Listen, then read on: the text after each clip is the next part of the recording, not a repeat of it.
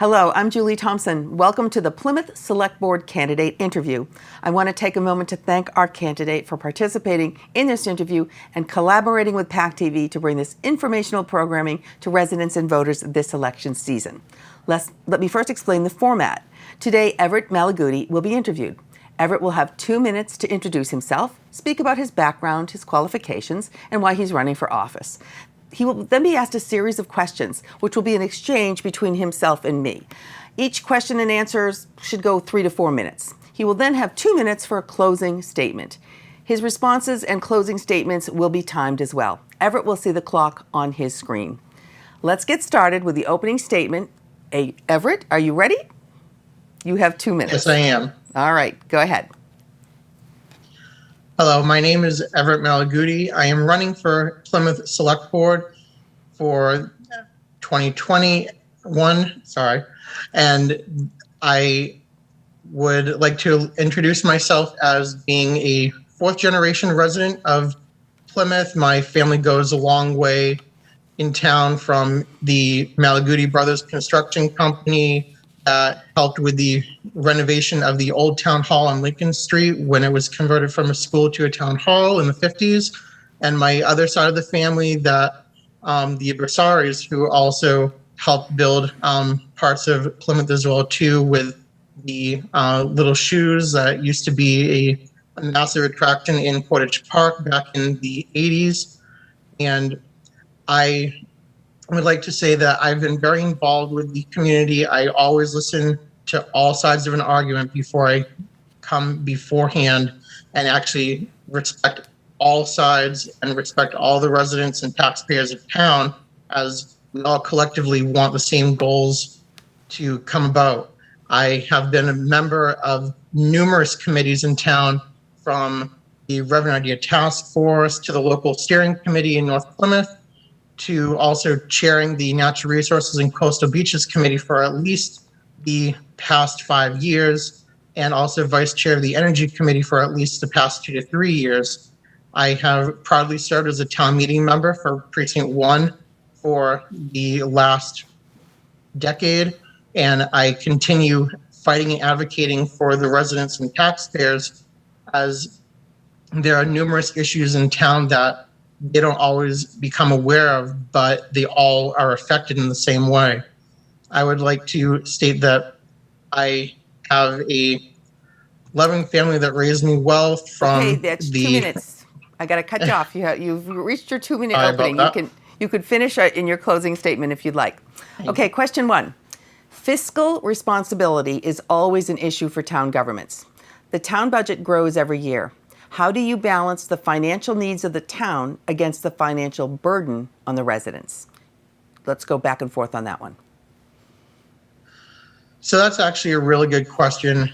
The financial burden on the residents is going to keep increasing because of many issues. One is going to be lack of commercial and industrial space in town that has an imbalanced part for actually having the tax base being steady or decreasing for the residents. We have roughly a 10 to 11% commercial industrial base to a roughly 90% residential base, which is an unhealthy balance in any municipality if you want to have a low tax rate and a healthy, vibrant economy. As well, within that, there's efficiencies that towns can look at, not just efficiencies with manpower and consolidation, which is a good thing that should be looked at all the time, but it should also be looked at in the actual practices that the town takes through either permitting, through efficiency within fuel and electricity budgets, through the way that town procures and other operations as well too.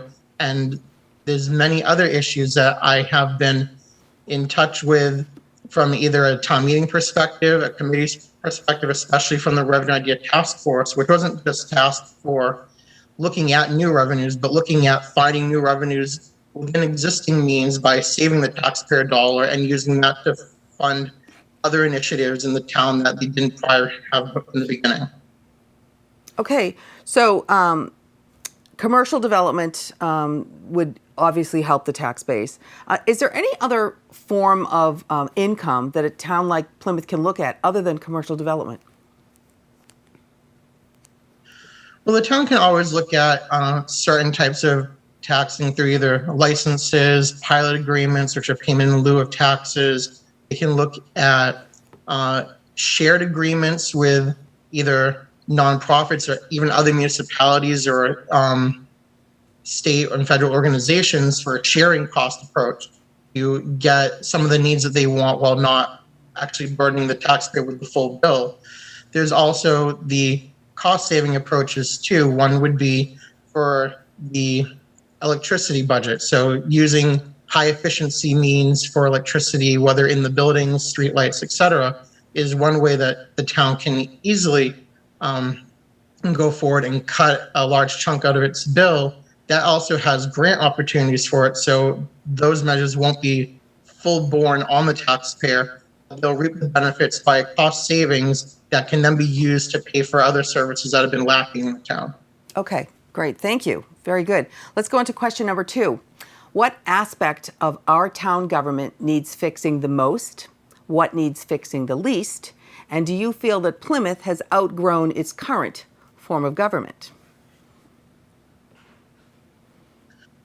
So for fixing the most and fixing the least, it's sort of a hard one because there's aspects of all of it that need tweaking, especially once in a while. But I would say the biggest one, and I've gotten critics on this in the past for stating this either during prior charter committees as well as just in open forum.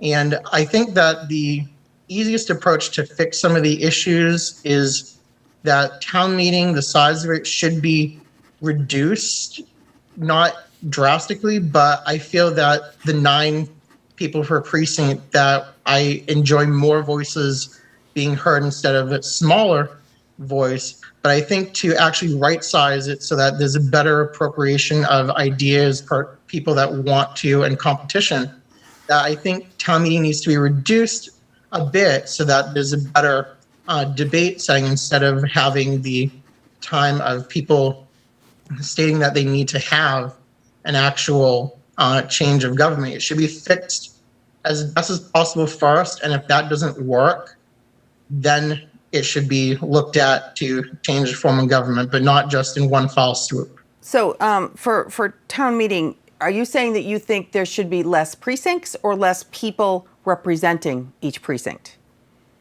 There should be less people per precinct, and I've tossed this around over the years from either 5 to 7 per precinct instead of the 9 because it becomes too cumbersome, and especially now in the middle of a census that we're looking at redrawing the lines in the next couple of years, that we will possibly be adding a couple more precincts and just expanding the size of town meeting, that everyone needs a representative voice in it, but I think the representative voice also needs to come at a cost of not having multiple people, but having a direct accountable amount of people for, and I've touted most of the time around 5 people per precinct, so you still get a diverse amount and a lot of competition, but it's not having the minority way for the majority.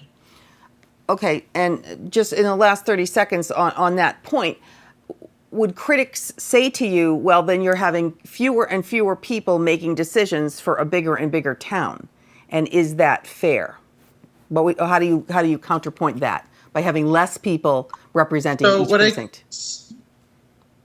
So how I counterpoint that is, yes, there'll be fewer people than in the past representing it, but also you'll get more interest for newer people running in because there's been, especially since I've been a town meeting rep, there's been a lot of times that half of a precinct has not had people to fill seats for that. At least now we've gotten some competition, especially for this year, for at least 2 or 3 precincts to have more people running than there are seats for, which is always good.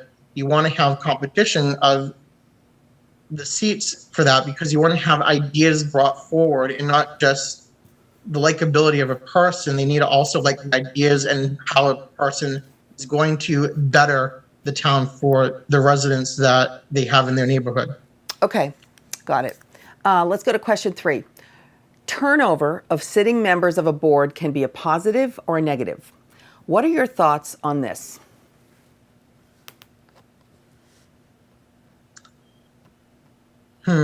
I would say that it comes both ways. I would say it's positive because you always want to have change, new ideas, and all that, but you don't want to relinquish some of the older ways of doing that. And that's some of the fear that people have with a new person coming in, that they'll totally change up how business is being done, whether within government or how there's the interaction within the public.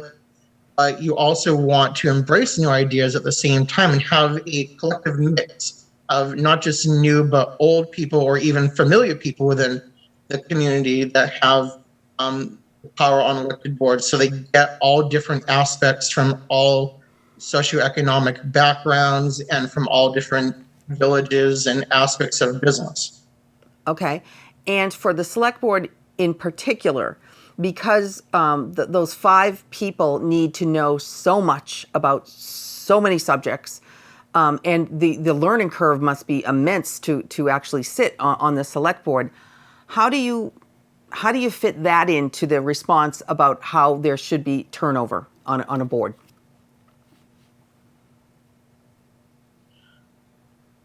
In that, there's always what we joke about and even actually applaud during the beginning of a term for either a town meeting member or a select board or planning board member, that there's always that learning period that you want to do the catch-up period of getting acclimated with how business is being done and all that. If you haven't been within town government, even followed it before, you want to actually get your feet wet on how it's being done, so you're not sort of the oddball out. But with that as well too, gets you to implement your ideas that may be of a whole different nature to the position and interweaving them to actually get a better outcome that may not have been through the status quo of the past. So you want to have the ability to learn from the people that have been in there, and sometimes it's not a long time. Sometimes people take their entire term on a board to get through with it. But I think you want to have that partial learning curve when you get elected, so that you have a good intention of how everything works, but you want to be able to break out and have older ideas. Okay, that's great. Now I'm going to give you a little trick here. It's called a 20-second rapid response. So you have 20 seconds to answer this one question. Are you ready? Yes. If you were given $5 million to spend in any way you desired for the town of Plymouth, what would you spend it on? Go. I would spend it on the infrastructure and maintenance of buildings in town. While it's not the sexiest way to actually spend the money, it's the most cost efficient for taxpayers in the future, as the more you have dilapidated buildings, the more they'll cost, and the more efficient you can make them, the lower the cost for the residents in the future, helping to stabilize tax bills and also helping to maintain better morale within the buildings that employees work in, at the same time getting a more productive outcome. All right. You had an answer right away. Thank you. And now we're going to go to your closing remarks, and you have 2 minutes. Go right ahead. So I just want to let the public know again that I am always available for the public. I've always been entrenched within the town, whether it be on committees or as a town meeting rep. I've always been open and transparent on all my issues and my thought. Even if I disagree with you, I always listen to every detail that is mentioned. I want to make sure that every voice is heard, whether it comes to a conclusion of agreement or disagreement, that I'm always there and open to discuss and bounce ideas around. I want to make sure that I always have an approachable presence in the town and have a way to bring new change in the town that I've been able to do in the past through endeavors and programs that I've helped sponsor. but I also want to make sure that they get pushed through and not just put on a shelf that has been in the past through the way that government is run. I don't want anyone to have the rationale that government is not working for you. I want to always work for the people, make sure that they have a front seat at the table all the time, whether it's through the better union bargainings, through better ways to bring business into town for better jobs, better pay, lowering the cost of housing so that people can live here and not have to move to other communities to live, and have the opportunities to raise a family from beginning to end, and always have the dream of being a Plymouth resident for a lifelong and not just for a part-time. I have grown up in this community my entire life. My family has as well.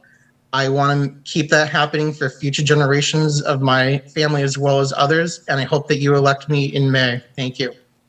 Thank you, Everett. Thank you for participating in this interview. We wish you the best of luck throughout your campaign and in the election. For our viewers, thank you for watching us. If you're interested in watching replays of this interview, please visit our website, pactv.org/elections, for replay times and online viewing options, including PAC TV's on-demand and streaming service, PAC TV Prime. And please make your choices heard by voting in the election on Saturday, May 15th. Thank you and good day.